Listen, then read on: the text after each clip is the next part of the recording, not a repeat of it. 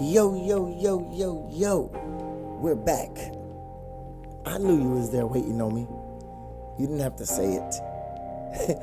I'm back with episode 9 of season 2. Can you believe we are almost at the finishing mark? Just one more to go.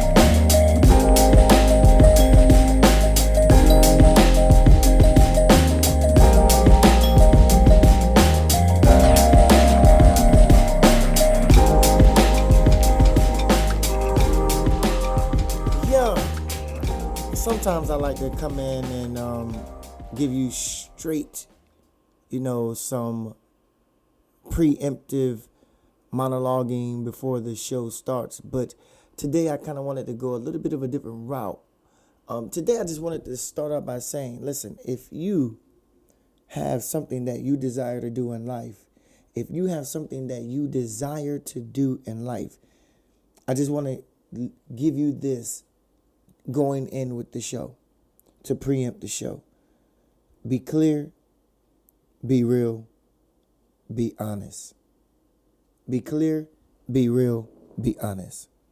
And I just wanted to add that so that if you don't come away with anything, you come away with that. Or you come away with something Dr. Nakisha says. Speaking of Dr. Nakisha, today on season 2 of episode 9, finally, we are one more away from wrapping up the season. I can't wait because we're going to have a great guest coming on for the last episode. It's a surprise, so I can't say nothing. But the guest we have right now before us, let me tell you something. To try and give you who she is, what she does, would be short of the goal. But Dr. Nekeshia Hammond, her bio is extensive in a very good way. She has reach, y'all. She has reach, okay? And Dr. Nekeshia Hammond is my guest for season 2, episode 9. She is my guest. I meant to just say episode 9, and I'm not going to cut that part out where I said season 2, because sometimes in podcasts, you got to see, baby, how sometimes this thing works like it does. And it still be a great show. So, Dr. Nakisha Hammond is our guest for episode 9. I want to say this as well. I barely know Dr. Nakisha Hammond. Is that a good thing or a bad thing? It's a good thing because I didn't ask, but one time would she be willing to come on my podcast show after finding her on LinkedIn. Out of all places, I am barely on. I'm on Instagram, I'm on Facebook, mostly. But I went to my LinkedIn and I saw her and I said she would be a great guest to reach out to bring in on the show.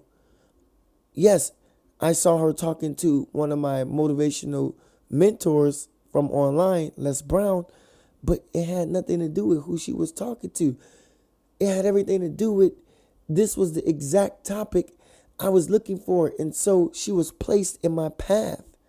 And I was like, wow, what an honor and a treat to be able to reach out to her to see if she would come on the show. And to my own knowledge, she did. And I'm thankful for that. I want to say thank you to Dr. Nekeshia Hammond before we even get started. Number 1. Number 2, I also want to say, again, reiterate what I said in the beginning. When you look at your desires, be clear. Okay? Be real. Be honest. And I was real. I was clear. I was honest about what I wanted to do. When I reached out to Dr. Nekeshia Hammond to come on my show, and she said yes and did it even really said, let me think about that. No, she immediately said yes. So I say that to you today, and I leave you with that. Anyway, today's show is brought to you by my website, www.sweatforsuccess.wix.com/my site. Go there, get my meditation services. You can go there and shop. I wrote 6 books. You can go and choose from one of them. And also, you can go there and just listen to the podcast show right here. Yes. So go to my site, my website, www.sweatforsuccess.wix.com/my site. Go there, get anything you need, reach out to me. I'll respond quickly, fast, and in a warp speed. So let me get this show on right now in warp speed. Here we are. I'll see you in on the other side. Let's welcome in Dr. Nakisha Hammond. Welcome back, everyone, to In Pursuit of Purpose podcast. I am your host, Marcus. Yes, once again, the show gets better and better with time, like wine. Every single episode. And right now with me, this is episode 9, and I have the privilege of interviewing, someone special. I just really want to start out with her bio because it's worthy of telling. So who I have with me today is Dr. Nekeshia Hammond. She is a licensed psychologist and owner of Psychology and Associates PA. She is an Amazon International best-selling author of ADHD Explained and host of Mental Health Moment. She has been a guest on CBS, NBC, ABC, and CBS News, ABC, NBC, and Fox. Those alphabets can get you. Dr. Hammond has also appeared on the cover of Small Business Trendsetter magazine. Dr. Nakisha Hammond's career has spanned over 15 years and has been in private practice throughout Hammond Psychology and Associates PA since 2009. Throughout this time, she has helped many children cope with and even improve their conditions. She is regularly booked nationwide as a speaker on the topics of children's mental health and parental wellness. Dr. Hammond has also appeared on renowned media outlets to discuss her topics of expertise. She is a woman of influence.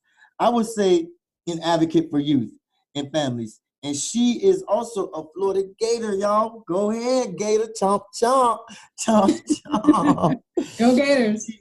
2017, she's a recipient of 2017 Lee Awards, Living Education Every Day, 2015 Tampa Bay Journal Up and Comers Award, 2015 American Psychological Association Early Career Achievement Award, 2014 Extraordinary Women, 2014 Florida Psychological Association What a Woman Award. And that, to me, sums up who we have on the show. So, I'm feeling this one. It's feeling good.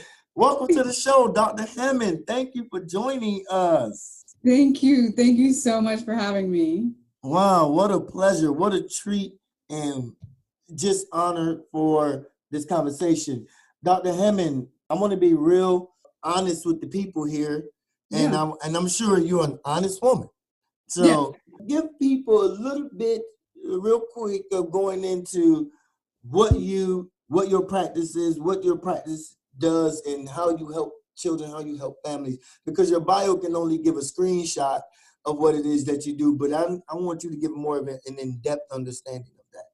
Yeah. So like you said, I started in 2009. It's been a while. It feels like just yesterday, but it hasn't been yesterday. So it's been a while, over a decade of really working with kids and families. And right now, my specialty area is ADHD and learning disabilities for children.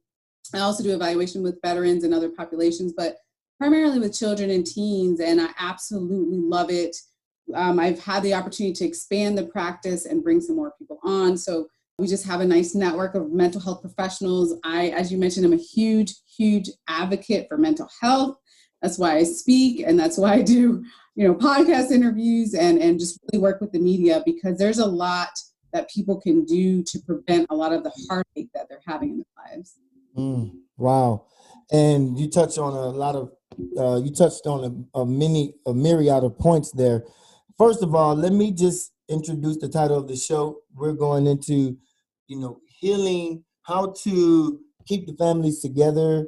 This show is one of the ones where I said in the email how something relates to me with what you do. And I have been a mentor for the better part of since 2013, I would say 7 years. So healthy parenting during a global pandemic is the where I want to go with the title and go with the show theme. Being a mentor myself, I would like to ask for you to help us gain, and parents as well, educators is included in this too. Help us gain a deeper understanding of this ADHD thing, a simple form of why a child gets diagnosed with ADHD. Yeah, that's a great question. And unfortunately, ADHD is this term that everybody thinks that every child has that has attention problems. Mhm. Not always the case. That's why I wrote my first book on ADHD Explained, what every parent needs to know, because what I wanted people to understand is, yes, ADHD has to do with sometimes a hyperactivity or you can't focus and pay attention. That could be related to a whole lot of things. And to your point, right now during this pandemic, I guarantee you, there's a lot of kids that can't focus and they're hyperactive, right? It doesn't mean they have ADHD. It means they could be reacting to the fact that we're in a global pandemic, and they're struggling. So ADHD is one part I strongly recommend for people to get a comprehensive evaluation to find out if it really is ADHD, because somebody's mom, sister, teacher, or somebody will look at a kid for 5 minutes and say, yep, that's ADHD, when it may be, but it may not be. So it's really, really important right now for people to understand that. Wow, I know for I don't want to say I was diagnosed with ADHD, but I know that I had a very huge problem in school growing up, being able to sit still and being able to focus Yeah. in on the schoolwork and being a father. And I'm definitely dealing with a lot of that right now going on. It's a different dynamic for us parents. Oh, It's yeah. a different dynamic. You know, it's something that we're being thrusted into that Yeah. we tend to avoid because we leave it up to the teachers, and now we kind of get a different perspective Yep. on the teachers from the teacher side of how they dealing with kids, Yeah. especially our kids. Can ADHD be diagnosed? Yes, it can. There's a lot of different ways right now that professionals are diagnosing ADHD. Mhm. What I strongly stand for, though, is not just to look to see, is it ADHD, yes or no, and you move on because you've missed like 95% of what else is going on with this child. You would never go to the doctor, get blood work for one thing and leave. That is the equivalent to what kids are being under. When you look and say, is it ADHD? Yes, it is. Go home. Or no, it's not. Go home. That's not enough. So with a comprehensive psychological evaluation, when I do those, I see, is a kid having trouble in school? Do you have a learning disability? Are they depressed? Are they anxious? Is there a divorce happening? Did your parent lose your job? There's a lot of things that can be happening to these children. And what's happening is we don't look at the whole child. We just want to, ADHD, move on. Well, what else? Right. That's not everything. So Mhm. it's just really important right now. And to your point, with parents at home right now, it absolutely changes the dynamic when now you play parent and teacher. There's a whole lot of other issues that come up with that right now. Mhm. What's causing a child to you hit on it? You did hit on it. It could be a divorce. It could be this pandemic. A lot of these things are causing these children to be I guess you would call it ADHD. If you can explain a child's behavior without using the terminology ADHD, what would that be called?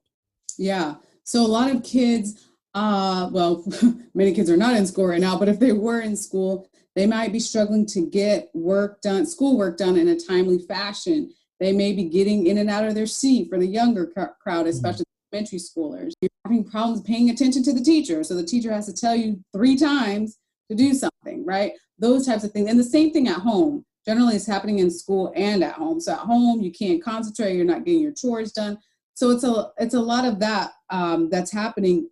But right now, I want people to be very careful, especially during the global pandemic, of thinking every kid has ADHD, especially for parents that now see their kids all day at home, because there's a lot to adjust to. There's a lot of coping that kids have to adjust to with this global pandemic. They're not seeing their friends. There's some kids that are missing their graduation. They got birthday parties now. People are driving by doing parades, because they can't even have a birthday party for their kids. So it's just really important right now that we recognize this, you're in a global pandemic. This is a different situation. It is a very different situation for parents dealing with children of these type of conditions. If you would say ADHD, it would be for someone parenting that child. Is that something like it can really make a parent, have anger issues or something like that? Have you seen that with parents? Yeah, and I want parents to understand that, yes, it can. To answer your question, it's very stressful. What happens when a child also has a mental health condition, whether it's ADHD, depression, anxiety, behavior problems, or whatever else? It is very stressful. This is not typical for parents that have never been homeschool parents in their lives. And now trying to be a special education teacher, parent, and feed your child and function, that's stressful. And maintain a job. Yeah, and maybe maintain a job. Hopefully you have a job, you're trying to work from home. It's a lot to balance. To a 7-year-old son now / homeschool mom that I'm adding that identity hat on, and it's a lot, so I really want parents to try to be gentle with themselves, try to have patience. I know it's hard. Whenever I say have patience, people are like, oh, have patience. It's hard, but try to have patience. The best thing for parents to focus on right now is the mental health of their children. That is most important during this time. That's nice. Because you almost answered my next question, but I don't want to go into that one just yet. I really want you to expound a little bit on labeling a child. Talk about the dangers or the after effects when a child gets older. What are the after effects of a child being labeled as a child when they're in their adult years? Have you seen those after effects?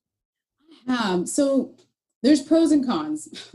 I'm just being real with you, being blunt. There's cons when it comes to the label of ADHD, depression, anxiety, or whatever other label. One of the issues, the reason why people have issues with a quote unquote label is because it has to do with mental health, because there's a stigma of mental health. Because when people have high blood pressure, diabetes, and whatever other physical issues, nobody is like, oh, I can't believe your child has diabetes. Nobody reacts like that. But if you say ADHD, people go, oh my goodness, and have all these stereotypes about this condition, which is another reason I wrote in my book some of the myths and some of the truths of ADHD.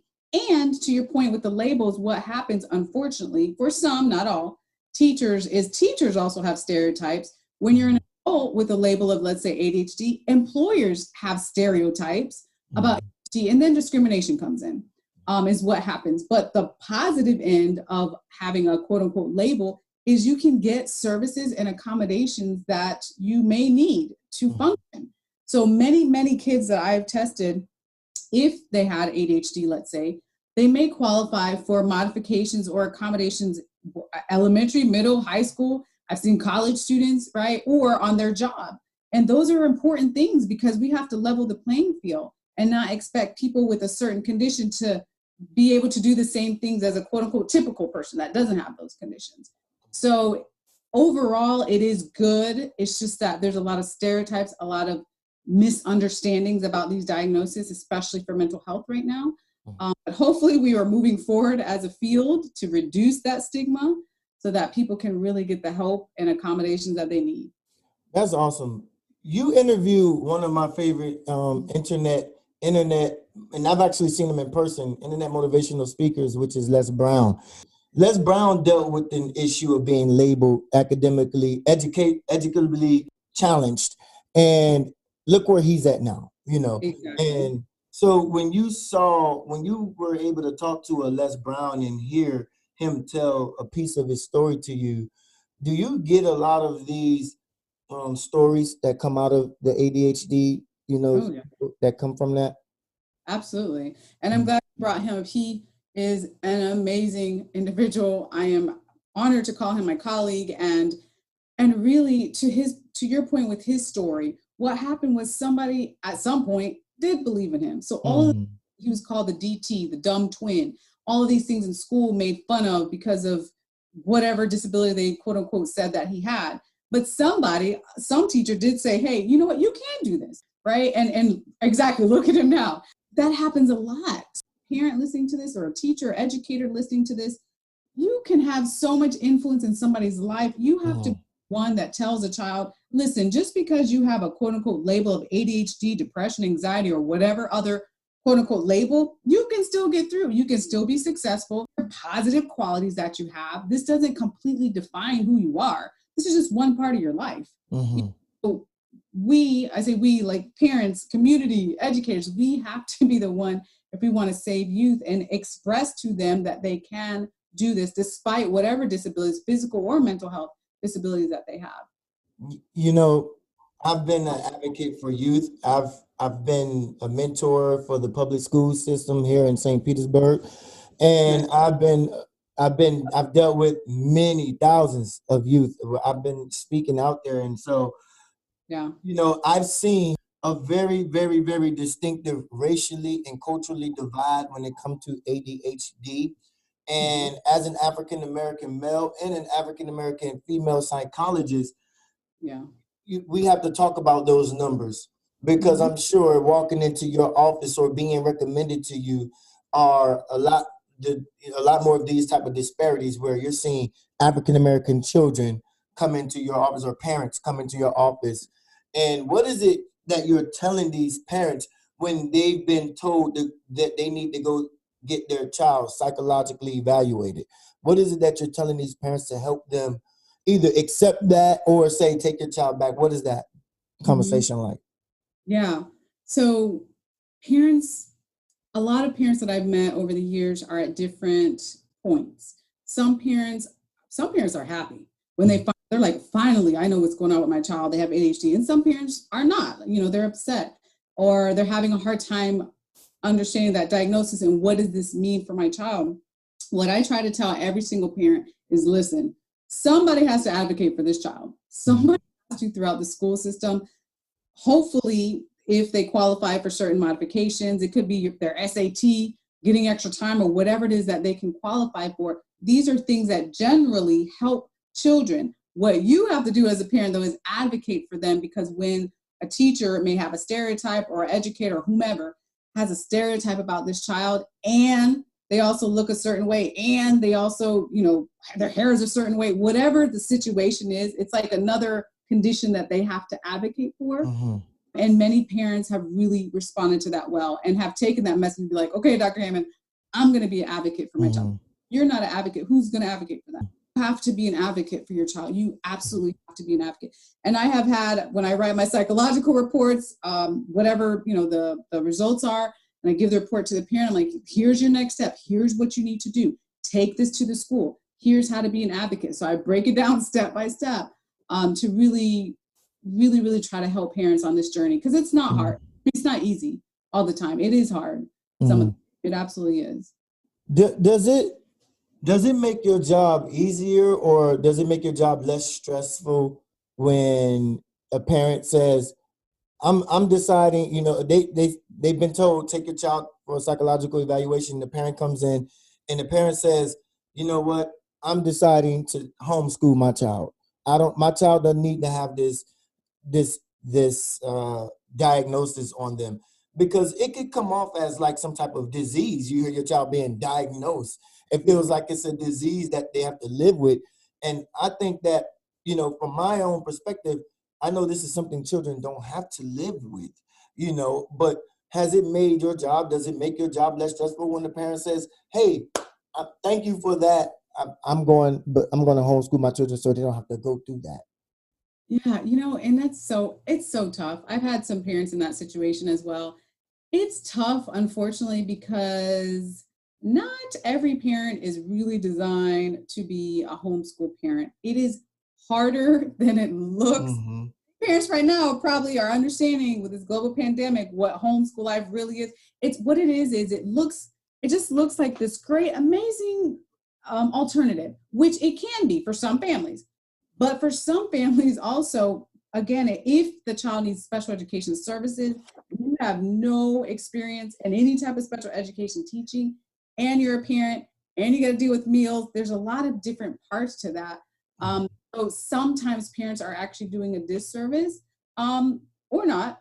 But the major point is that I try my best to help parents understand what all the alternatives are. There's some schools that specialize with kids specifically with learning disabilities and ADHD. Then you have public school, charter schools, right? You have a variety of settings. So maybe the current school they're at is not the right school, and that has been the case with many parents I've seen. But then let's try something else, because you may not, as a parent, be able to handle what your child all needs, right? The special education needs at home.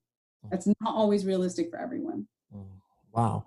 That's kind of where I wanted to go with this next question, because you said that not all parents are, it's just not in the cards for you to be the best educator for that child and what they need to tend to them. So I want to ask this question: as parents during this pandemic, during COVID-19, should we seek tutors to help the continual growth of a child who has been labeled ADHD, or is it in the child's best interest to try and learn on their own with the parent?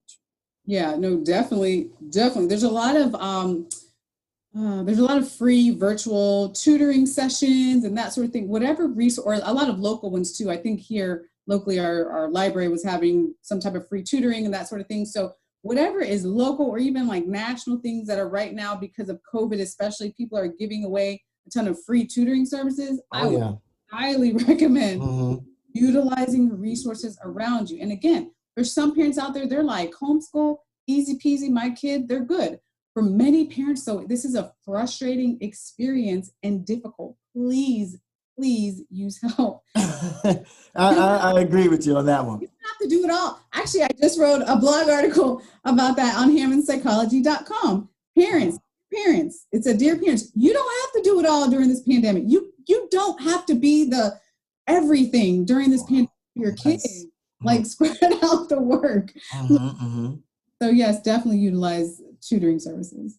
How important is it to create an environment for our child's mental health during this time right now? Because they see us with masks on our faces, they see us looking like we're in fear. What is the message that we're sending to our children that's coming up? Our personal children, but children outside that's watching these adults. What is the message that we're sending, and what could be the message that we should send to not live in such fear, to be, more of a positive place and space for our children to look up to? Yeah, children, especially the little ones, like the elementary schoolers, children really need to be told information in age appropriate language. They don't need to be watching, some news channel 24/7. Definitely don't need to be doing that or exposed to that. They do need, like, I have a 7-year-old son. He understands the coronavirus is out there. He understands there's a mask. If for whatever reason, which has been like 2 times, I feel like in the past few months, he needs to go in a car, or if we go on a walk. I mean, you explain what is happening, but at the same time, to your point, if your fear and anxiety level is so high, you don't even need to say that to your child. They see that. They can pick up. So it's really, really important, as much as possible, on ways as a parent to reduce your own anxiety, because that's not really something you want spreading to your child as well. They absolutely, positively are very smart. They listen, they eavesdrop on everything. And it's something that really, really can impact a lot of kids, especially for the kids that already before coronavirus were, more towards depressed or anxious or had problems with attention. Now it's, compounded with this global pandemic. Right. So I like to think being more active with your kids, being more involved, being more outdoors with them, showing them what they don't get to see for 8 hours of the day during, normal school hours, and they only get a summer to do. So I've been taking it upon myself as a parent to just, bike ride with my children, do things like that, normal, healthy things that gets our children outdoors and get them, to enjoy life, because my children tend to have that short attention span as well when it comes to sitting down to learn. It's very hard for them to do it. And it's me being one who had that same problem growing up. It's really hard for me to do it. So I try to create a space in the atmosphere where it's, mellow, it's calm, it's peace, and they can be inside that environment in their mind, that state of mind.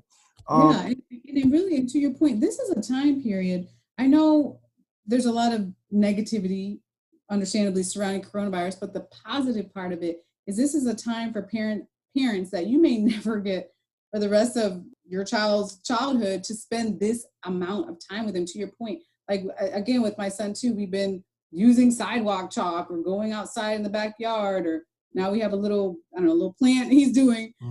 School, watching a plant grow. I mean, things that we're so busy. All of us are so busy. We never get a chance to do all this, taking family walks and bike riding and those sort of things more so than ever to get our kids in the house too. But that's a beautiful thing for kids to have. Yeah, children need that space. They definitely need that space, and they need to see us they need to be in that space with us as well. And parents, we need to be present in that moment with them. Yeah. Now, you are about children's mental health and parental wellness. You are the owner of Psychology and Hammond Psychology and Associates, and a frequent speaker. What is the content of your message to parents for their children's mental health? You say parental wellness, so I'm interested in that. I love the word wellness. Yeah. Two parts to that, really. So my first book was about how to keep your child emotionally healthy. I'm a huge advocate of that. Obviously, physical health, very important with exercise, nutrition, everybody knows that, but also the emotional wellness is important. And along with that, the parental wellness, meaning right now during this pandemic, please spend extra time with your kids, take care of them, but also take care of yourself. Take a break from them. If it means a short walk around the neighborhood, if you live by yourself, then maybe taking some time indoors before they wake up or after they go to sleep, but take downtime for yourself, because parent self-care is everything if you're trying to be the best version of who you are to bring into your parenting for this child. So it really goes both ways. It can't just be we're just taking care of kids all the time and we forget about ourselves. We have to do both. We have to make a commitment to both. Yeah, I've been making sure that I take care of myself because you can almost kill a kid around here, in the Clark's house. You almost want to kill a kid and just say, you know what, I'll go do my life sentence for this one. But you love your children. You have multiple kids, right? Yeah, I do, and I have an 8, 9, and a 3-year-old in the house with me, and I may need to come see you for a psychological evaluation. Okay, I'm just being honest. Well, it's a lot. It is a lot. That's why I always tell parents, I have one child, and adding on this homeschool thing on top of owning a business and doing all the other things I do. I'm like, hold on a second, this is a lot here. It's a lot for him. It's a lot for me. So really, there's so many changes with families right now. There's everything's changing. Working from home. I mean, I know probably we drive my husband crazy sometimes because my son and I are doing homeschool stuff. He's trying to work from home, and we're all just doing all these different things. That's not what our house used to look like before the global pandemic. So it's a big move into something new and households working from home. You got the homeschool, you got this, trying to entertain your kid, trying not to go crazy, like you said.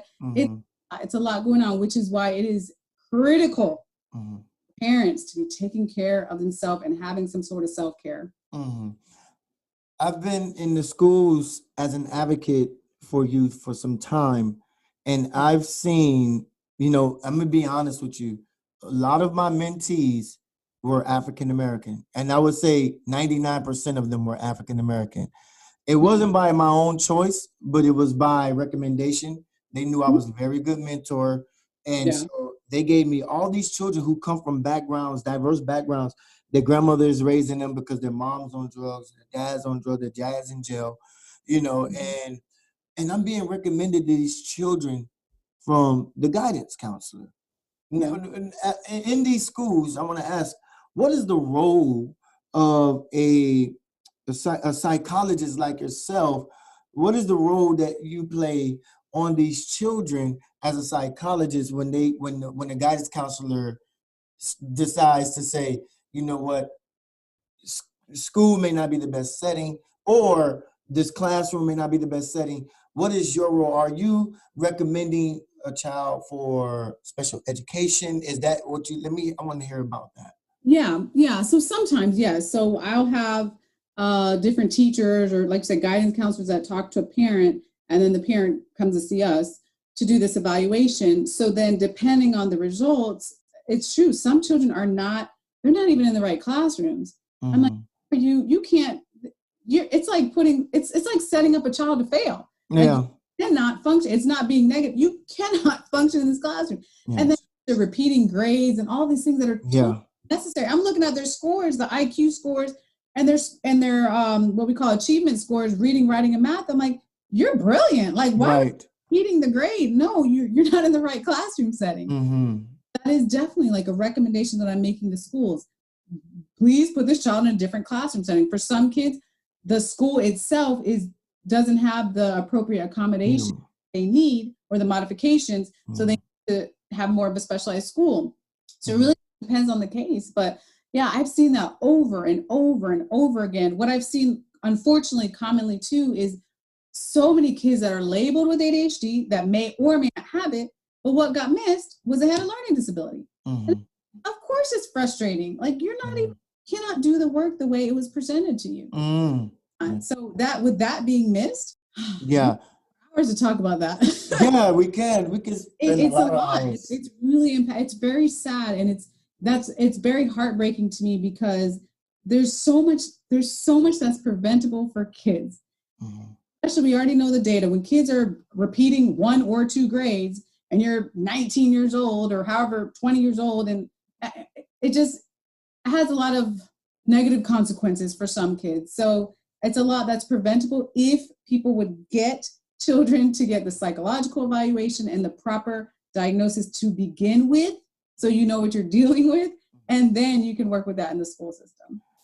You know, I just want to say that when are the schools, or when are we going to look at, designing schools specifically for children that have these conditions, that have these mental health conditions? Because you said something, you hit the nail on the head, where a lot of these schools do not have the proper accommodations for a child that may need that special care.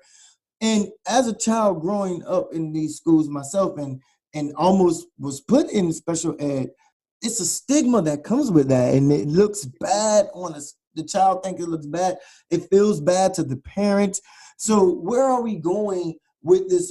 When you said we're setting children up to fail, okay, so where do we go next from there, so that we don't send our children to these schools, setting them up for failure?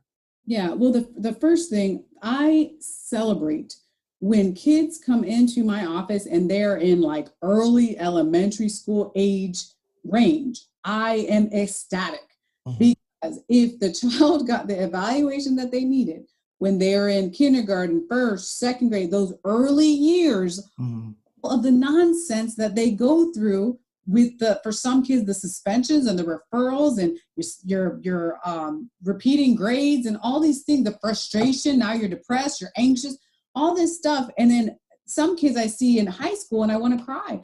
There was a kid I saw once, he was a senior in high school, so sad. He had gone through so much ridiculousess. And what happened was he had a learning disability. And his mom was like, wait a second, is that what was going on all the time? And I'm like, yes. Nobody caught that? Nobody saw that with the school? No, nobody saw it. So if we really, again, another 5-hour conversation, but if we really cared enough as a society for kids, get them the help they need early enough, then you would know, wait a second, this child has a learning disability, they have ADHD, they have whatever else is happening, speech therapy, whatever else it is, then you can properly treat them and put them in the appropriate classroom settings early. You don't have all the stuff that happens to these kids. And then by the time I test some kids that are in 9th, 10th, 11th grade, and they're on like a 2nd grade level. Because it's just, But anyways, I can go on and on. Yeah, that's sad. It's kind of There sad. needs to be more people, this as a society and the education system, if we just cared more for kids and did more for them. There's some schools, they don't even have a psychologist in their school. They don't have appropriate mental health resources. And you're a quote unquote high need school. And I'm like, how does that work? Do you think these tests are becoming part of the reason why a lot of children fail? Do you think the way they're scoring our children, it may not, because you said you've seen children come into your office where you're like, wait a minute, you're brilliant, you're a star, you know. And do you think the school are failing children? And I'm asking that because sometimes that makes me think that's by design, but I don't want to put that out there. Well, because let me give you an example. And you may have heard or may not have heard, but a lot for, I want to say even the college age kids or high school age kids, sometimes people with a ton of money, they're paying to get accommodations, I say, like extra time for SATs or extra time for, classwork in college and that sort of thing. It's sad. It's an abuse of the system. But the point is, to your point, kids are failing tests, for example, because they're not even answering all the questions. They can't concentrate. Accommodations, for example, is, hey, you take your test in a quiet setting somewhere else, or you get headphones to block out the sound or something like that. And I have seen so many times after I test a kid, let's say they're brilliant. I've had many kids that are brilliant, but they have slower processing speeds. They need extra time to take the test. So if everybody got 40 minutes, but they just had an hour, the extra 20 minutes, they're going to ace the test. Instead, they got F. And I'm like, that doesn't show what they know. Right, exactly. This is happening. It is an epidemic. Let me tell you, I've seen over and over and over this happening in my office, unfortunately. Right. We're trying to that's the part of the system that needs to be fixed. That's what I'm kind of like, that's kind of like where I was going with it. Yeah. Like, you give these kids, you don't give them ample amount of time to really concentrate on the answers. So you're rapidly moving, their brain has to really like process things very fast when these children may not have a very fast process. Some kids do. Right? My biggest frustration about the education system, I never understand this. This makes zero sense to me. You put all kids in the same class and more or less expect them to learn in the same way, which makes zero sense. But then in the real world, when you go into your jobs, we're not robots. Every different skill set, we have different levels of education, we have different jobs because that's the real world. Right. That's how the real world works. Not like that. You sit in the same classroom, you're expected to learn the same way, you have the same materials. That'll never work, ever. Wow. And actually. So I want to ask this one last question, Doctor. How do we keep families strong during this time, during a global crisis? How do we keep parents just working together, even though we cannot be socially close? But I just believe that my own thoughts would be, we just have to maintain that mental, some type of, like you said earlier, some type of work or exercise or practice that we do to stay mentally strong. But how do we keep the families, the mothers and the fathers together? Because a lot of jobs are being lost and a lot of people are going to separate because of this. Yeah. It's really unfortunate. And it's hard to say this now because we're currently in the global pandemic, but I think one thing is just remembering that this too shall pass. Is temporary. I know it feels like, I know it feels like it's going to last forever, but it is temporary. It is so important still during this time to take care of yourselves. There's a lot of resources out there right now, fortunately, that are free, even virtual resources for mental health. There's a lot of free webinars out there. Probably your email is inundated too. I know mine is, with free webinars, free information, if that's what you need. There's virtual therapy, because what happened is across the US, a lot of insurance companies, because of COVID, started covering virtual therapy. So if someone needed, let's say, mental health assistance, they can go to APA, which is the American Psychological Association's website, and find a psychologist in their area and do virtual therapy. They don't even have to leave their house if that's what a parent needs. So there's a lot of resources. My number one tip is to make sure you're using the resources around you. There's a lot out there. Where can people find your book? Yeah, you can find it on Amazon. So the ADHD book, ADHD Explained, What Every Parent Needs to Know, is on Amazon. And also some of my other books are on there as well. So, I mean, definitely if people need this information, it's really, really critical to stay educated right now, especially when it comes to mental health, because that is the most important thing parents should be concentrating on right now, is make sure their children are well and themselves. And themselves, that's right. Yeah. And you speak frequently. Where can they find you? Where can they book you? Yeah, so my website is drnekeshiahammond.com. It's Nekeshia. My first name, drnekeshiahammond.com. Nakisha Hammond, it has been a pleasure. And I just want to end this off by saying, if there's anything else you would like to add to the topic, you're open to do that. If you want to add some inspiration, you want to add a lasting tip or word of advice, the floor is yours. Yeah, I really want to take the time, honestly, to thank everyone listening to this, because I so appreciate, as a psychologist, as a mom, as a person, just how people right now are trying to be better, though, and are listening to this right now and getting information. This is so important. Take this information, share it with someone. That's really, really important right now. We are desperately trying behind the scenes here in the mental health field to get the resources out to people so people can be well, so people can move on with their lives at some point. But again, share this information. Hang in there. I know it's hard, but hang in there right now. There is hope. There is light at the end of the tunnel. That is great. I have 3 questions I'd love to ask you. And 3 questions are my favorite 3 for every episode. And the first question I like to ask is, what is driving Dr. Nakisha Hammond to be great? What is Nakisha Hammond to be great? I think for me, a couple things. One is I love what I do. I love advocating for children and families. That has been my, I guess, purpose in life, my passion. I was a kid myself.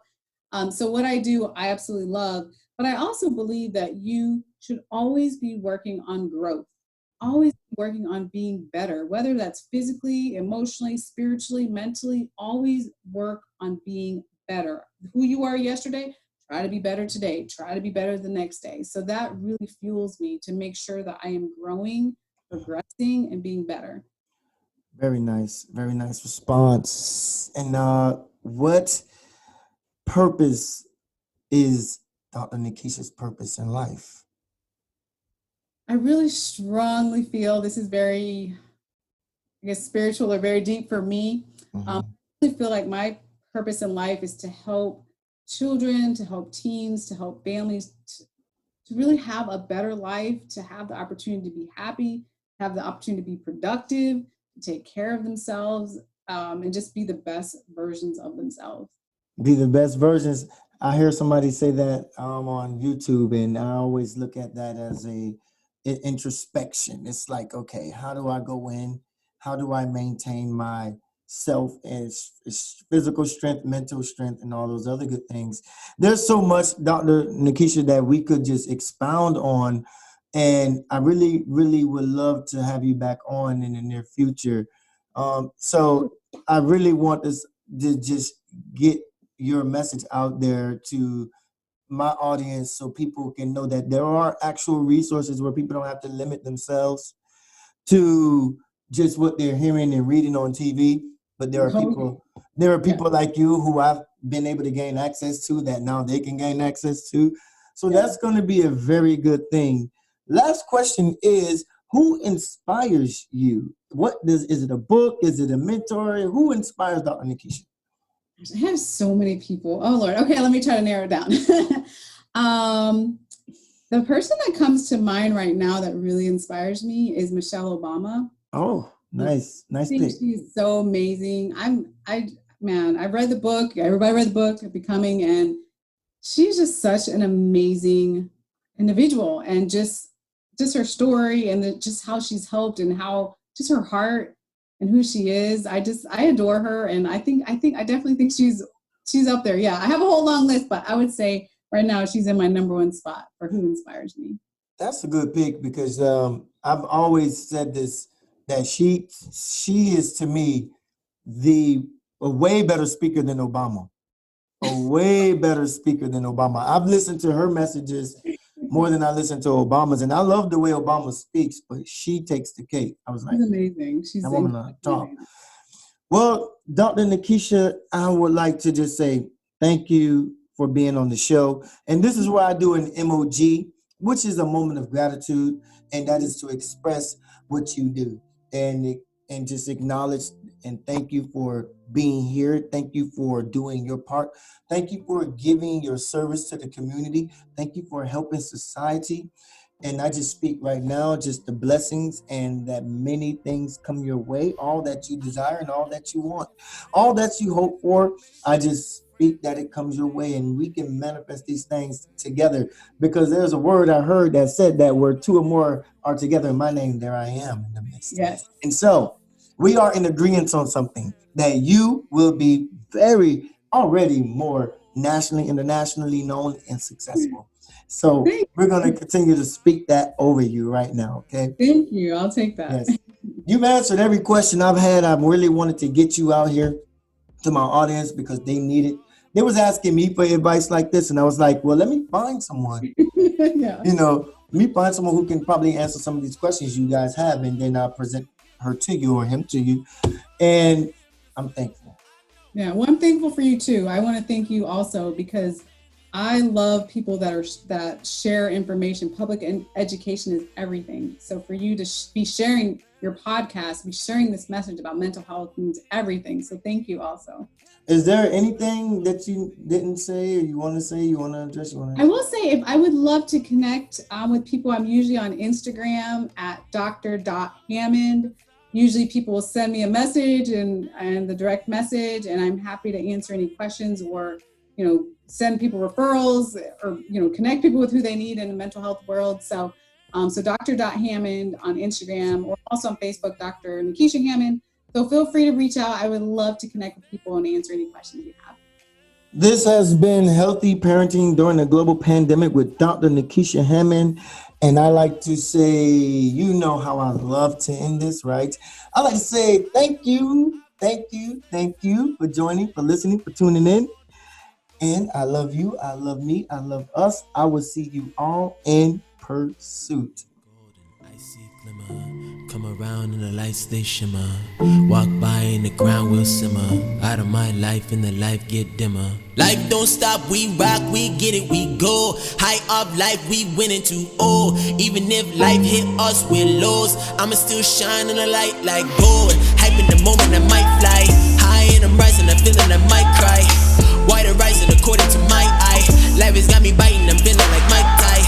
Always hiding and running for my life. Problem nobody hearing cause I lie. Only hope that you looking when I fly. Pray to God that you looking when I fly. Cause I'm a flyer. Show you life when it's higher. Lonely nights got me tied up. If I die, would you cry up? Looking at you cause I wanted to prove I can make it, but I'm stuck. Looking at you cause I wanted to prove I can make it, but I'm stuck. I'm the girls, I'm fucking just saying, I'm fucking just miles up. I'm the girls, I'm fucking just saying, I'm fucking just miles up, ayy. If I could go back in time, I'll tell myself the love you give others, you must learn, give yourself. I know I've made mistakes and I'm gonna make so many more. Just keep going.